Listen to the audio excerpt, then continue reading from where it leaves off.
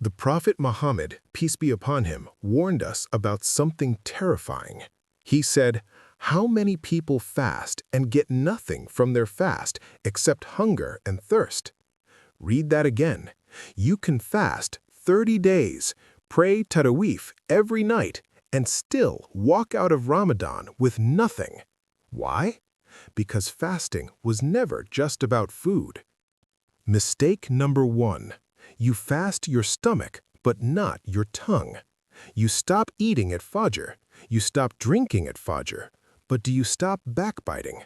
Do you stop complaining? Do you stop arguing?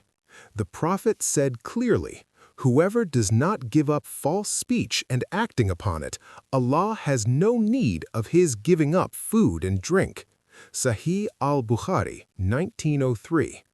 Your tongue has a fast too, and honestly, it's harder than the food fast. Mistake number 2. Sleeping through the entire day. Let me paint the picture. Suhoor, then sleep until Dhuhr. Wake up, maybe sleep again until Asr. Wake up right before Iftar. Eat. Pray Taraweeh. Sleep. Repeat. Where is the Quran in that schedule? Where is the dua? Ramadan is 720 hours. Sleep takes 240. Eating maybe 30. That leaves 450 hours of potential worship. What are you doing with them? Mistake number 3. When iftar becomes more important than worship. Time spent planning the menu, 1 hour. Time spent cooking, 3 hours. Time spent in dua before iftar, 30 seconds. Do you know that the moment before Maghrib is one of the most accepted times for dua? The Prophet said the fasting person's dua is never rejected, especially at iftar. Fix this. Write your duas before iftar. Have them ready. That moment before you break your fast, that's your moment with Allah. Don't waste it on food.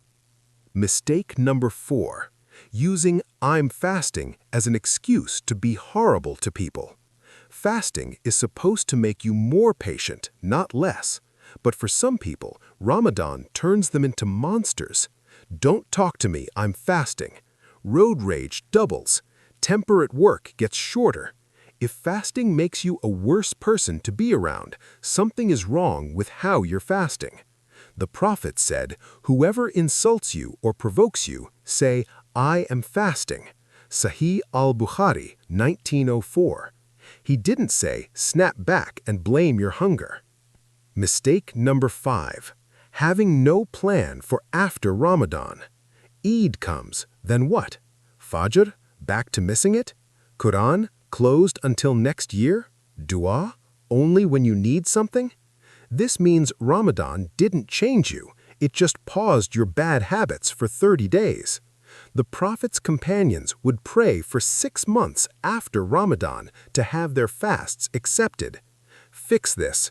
Before Ramadan ends, write down 3 non-negotiable habits you will keep after Eid. Just 3. That's your real Ramadan success metric. This Ramadan, don't just starve, transform. Guard your tongue.